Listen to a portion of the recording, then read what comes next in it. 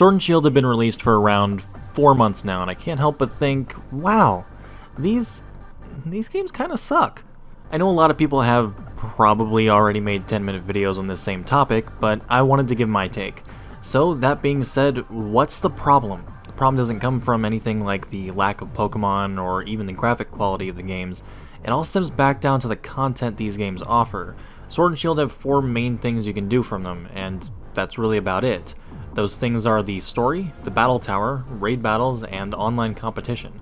But these 4 things are repeatable. So why is it that people are always talking about the lack of content? Why is this an issue? The problem isn't with the amount of content, it's what the content itself offers. So let's just go down this list and talk about each bit of content, starting with our first talking point, the story. I will start off by saying this. Unless you're Gen 5, Pokemon titles aren't exactly known for their compelling stories. You have your bad guy, their lackeys, and they want to cause Armageddon for some reason or another, usually as a twisted attempt to help benefit the world in some way. That's not a bad formula to stick with. However, as far as even a simplistic plotline goes, Sword and Shield lack even that. The story of these games is, quite frankly, a sneeze. It comes and goes quickly. If you look at the past titles like Black 2 and White 2, Omega Ruby and Alpha Sapphire, and Diamond and Pearl, there is an antagonistic threat through the entire game, making their presence known fairly early on. Sword and Shield don't establish the threat. Even their antagonistic group just feel like a bunch of rabid Instagram followers for someone who has less of a personality than I do. And that's okay. There's actually nothing overly wrong with Team Yell. The problem is entirely with this guy right here. Chairman Rose. This guy right here, is how you don't write a villain. I mean, this guy literally makes Lysander look like he's a stable human being. Rose is, honestly, by far the weakest villain in the entire franchise, and I don't just mean because you can spam Pyro Ball and instantly one-shot most of his Pokemon. I mean that he's just a really poorly written villain. Rose is, in essence, a 5-year-old with a dad bod who's throwing a temper tantrum for not getting what he wanted immediately. None of that sentence is good.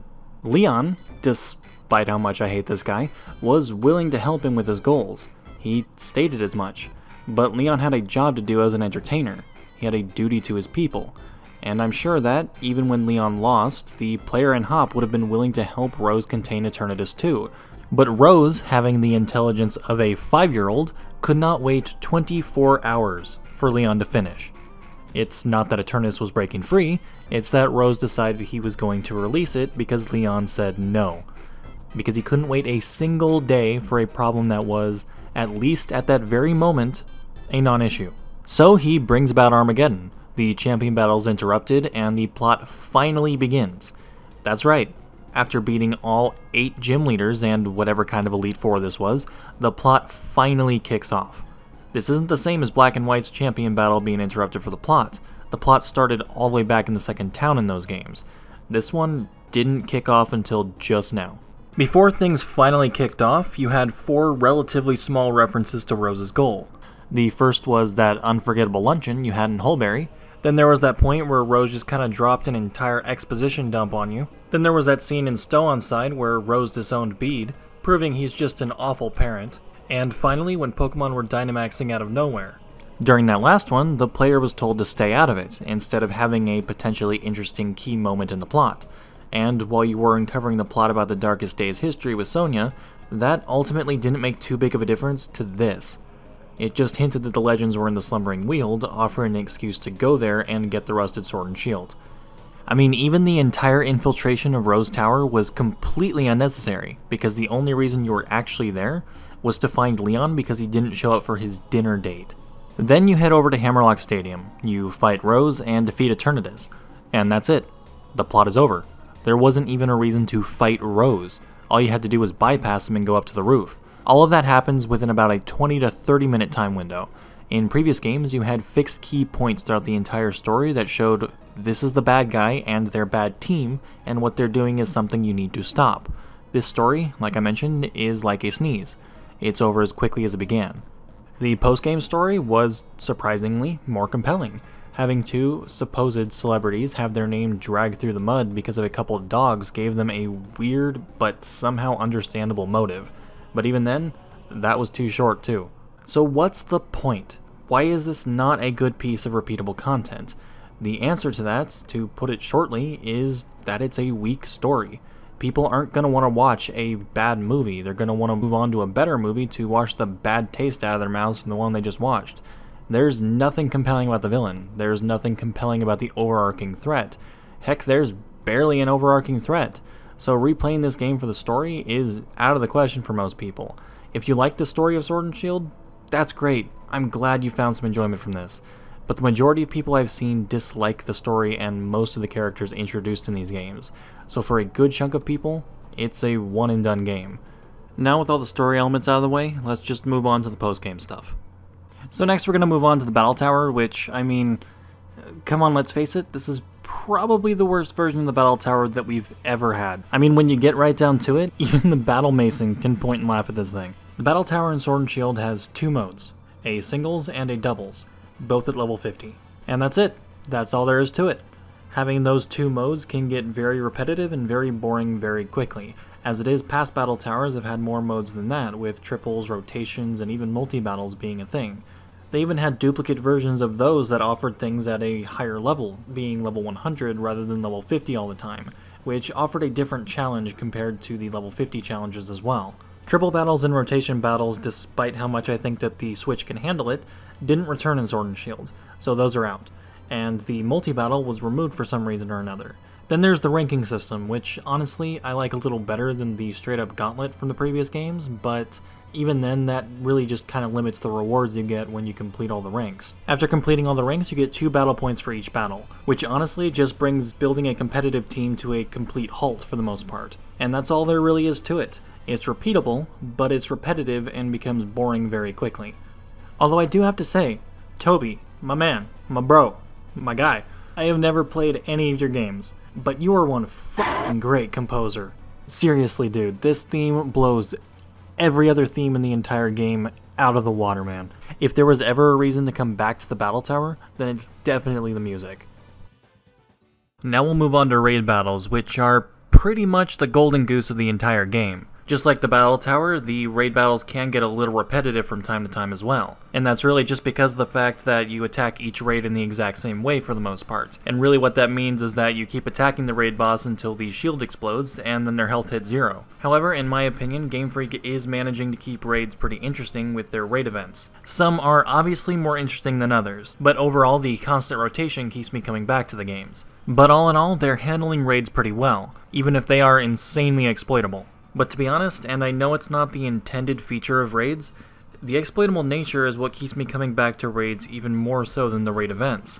I personally haven't done the raid exploit too much myself, I've only actually done it twice, but it's not hard finding other people doing the exploits for things like shiny Pokemon, for example. As it is, just recording these videos, I managed to jump into a bunch of different raids for a bunch of different shiny Pokemon, so they're pretty easy to come by nowadays. But whether it was intended or not, this helps give raid battles much more replayability, and that's solely for the fact that when you join a raid, you never really know if you're going to get a regular Pokemon or a shiny Pokemon during the next one. So it helps keep things interesting, even if it was completely unintentional. Overall though, I like raids, and it's nice to see an actual cooperative mode in these games rather than strictly competitive modes. The closest thing we've had to a cooperative mode in the past was multi-battles in certain battle facilities, and like we've mentioned, that has been removed from the Battle Tower in this game, so that's completely out. Overall, I really do hope that raids stick around in future games, whether they're max raid battles or something more along the lines of Pokemon Go's raid battles. Either way, more cooperative modes would be very much welcomed in my opinion.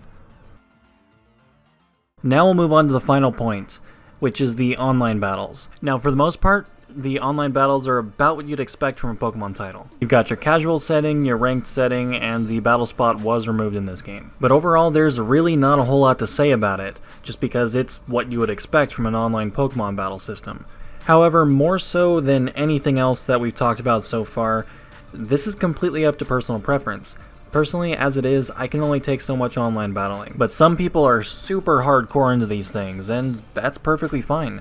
And from what I understand, a lot of people are enjoying the online aspect of Sword and Shield, except for one giant-sized problem. I'm of course talking about Dynamaxing. Dynamaxing is the new regional gimmick for these games, much like how Mega Evolution and Z-Moves were Kalos and Alola's gimmicks respectively. Now I'm not saying introducing new regional gimmicks each time around is a necessarily bad thing. However, Dynamaxing in particular is a really broken mechanic, and before we get into Dynamaxing itself, let's focus on the other two gimmicks that were introduced first and foremost. So let's start with Mega Evolution, which can be broken down into 3 separate changes: a stat change, a type change, and an ability change. Likewise, only certain Pokemon can Mega Evolve. Now, Z-moves were a lot less exclusive. There were exclusive Z-moves, but any Pokemon could use a Z-move. But aside from that, you can break it down into 2 separate parts. Either you get a giant nuke for that battle, or you get a super stat boost for that battle. Dynamaxing can be used on any Pokemon and lasts for 3 turns, increasing their size and giving them max moves with additional effects. Now, putting it into one sentence like that doesn't sound so bad, and you may be thinking, well, it only lasts for 3 turns, how bad can that be? It's when you start breaking down each and every part of the key words in the sentence that things start to get really bad. So hold on to your butts, because there's a long list to go through. Dynamaxing doubles the HP of your Pokemon. It does have the limit of 3 turns, so we can go ahead and add that onto the list. All the moves are changed to max moves for those 3 turns. Max moves do have additional effects, and there's a lot of additional effects, such as lowering your opponent's stats, raising your stats, setting the weather, setting the terrain, inflicting status conditions, trapping the opponent in a vortex, setting hazards, and much, much more. Moves that rely on weight, Pokemon flat out refuses to use. Insta-kill moves don't affect the Dynamax Pokemon at all, and even if insta-kill moves could affect Dynamax Pokemon, despite their giant size, well... How you doing with the weapons? We couldn't hit the side of a barn. Our ship's 100 times A bigger. giant flying barn. We couldn't hit that. Please explain to me how anything can miss a literal frickin' skyscraper. And let's not forget about the fact that they can still hold items, and they still gain the benefits of those hold items. When you look at this entire list, there's little to no drawback for Dynamaxing your Pokemon. In fact, there's just a ton of benefits. With Mega Evolutions, the drawbacks could be boiled down to the change in type removing some stab, the ability not being as good as the ability prior, the stats not getting the best changes whatsoever, as well as the fact that only certain Pokemon could Mega Evolve. Z-moves are a little more straightforward. Basically, you have a one or another situation in this case. If you went for the nuke that battle, then you couldn't get a stat boost, and vice versa. Likewise, if you used your Z-move on a Pokemon with Protect, then you only dealt half the damage. Also, if your Z-move wound up hitting a Mimikyu's Disguise, then you would have effectively wasted your Z-move for that entire battle. I should mention that some Z-moves did have secondary effects. Take Clanglorious Soul Blaze, for example. It not only hit both Pokemon on the field, but it also increased stats. But the amount of Z-moves that had secondary effects like this are very few and far between, and they're all limited to the Pokemon move-specific ones rather than the generic ones for each and every type. On top of everything that I just mentioned for both of those gimmicks, in order to use them, you would need to give your Pokemon the corresponding Megastone or Z-Crystal, meaning that they couldn't hold any additional items like a Life Orb, a Focus Sash, or anything else for that matter. The only real drawback to Dynamaxing is the 3-turn limit, which even then, that's not really a drawback at all. You can still Dynamax your way into a Mimikyu or an Ice-Kyu's defenses, but even then, you've still got 2 more turns left. Basically, what I'm trying to say is this. Dynamaxing just does too much.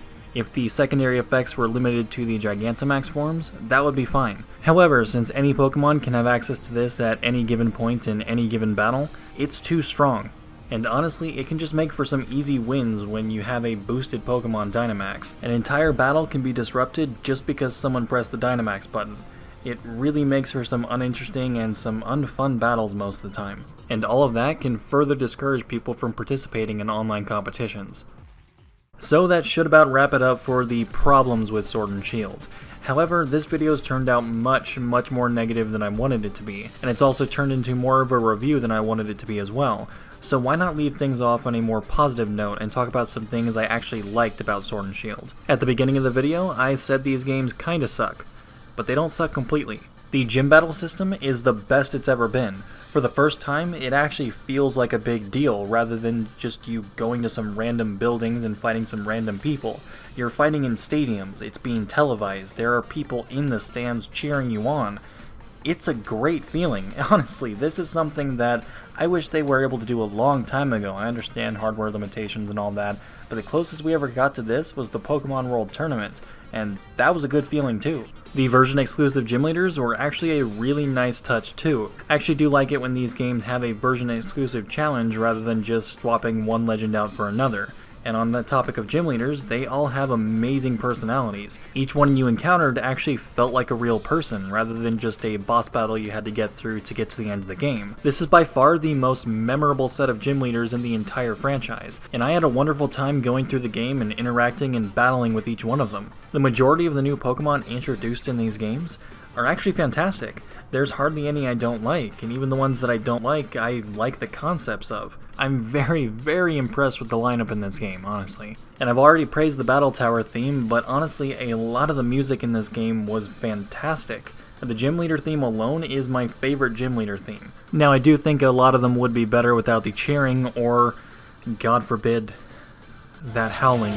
But they're pretty good nonetheless.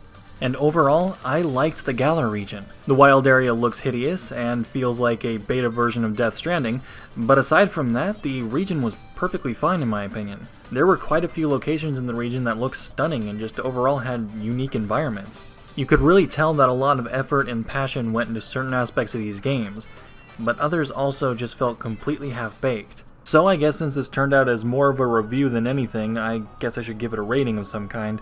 So I'd say that these games get a solid 5 out of 10 from me. They're about as painfully average as you can get, because a lot of things are really great, and then there's a lot of things that are just really bad. The games feel rushed, to put it simply, and I feel like for the $60 price tag, they're really not worth it. I know that same thing has been said around the community a lot over the past couple months, but there's a reason it's the majority opinion. If the game goes on sale for even $20 off, then I would definitely recommend picking it up, because it was an okay Pokemon experience, but the lack of interesting content is really what hinders the experience. And yes, I do know that we have the DLCs on the way, but DLC shouldn't be an all-in-one solution for fixing a lack of content. The base game should have enough sustainable content on its own, and I will be making hopefully much shorter videos on those when those do come out. But to the 1% of you that are still sticking around to the end of this video, just wanted to say thank you. And I know this video kind of came out as a big ol' hate piece, so I do apologize about that, but that was kind of the point of the video, to talk about the negative stuff. I know hating on Sword and Shield is kind of low-hanging fruit at this point, but I figured I would touch up on the topic while it's still, 5 months in rather than, 5 years later. But on that note, I won't take up too much more of your time. If you liked this video, be sure to leave a like. If you didn't like the video, go ahead and leave a dislike, whatever suits your fancy. All that smooth jazz, and I will see you in the next one. Later.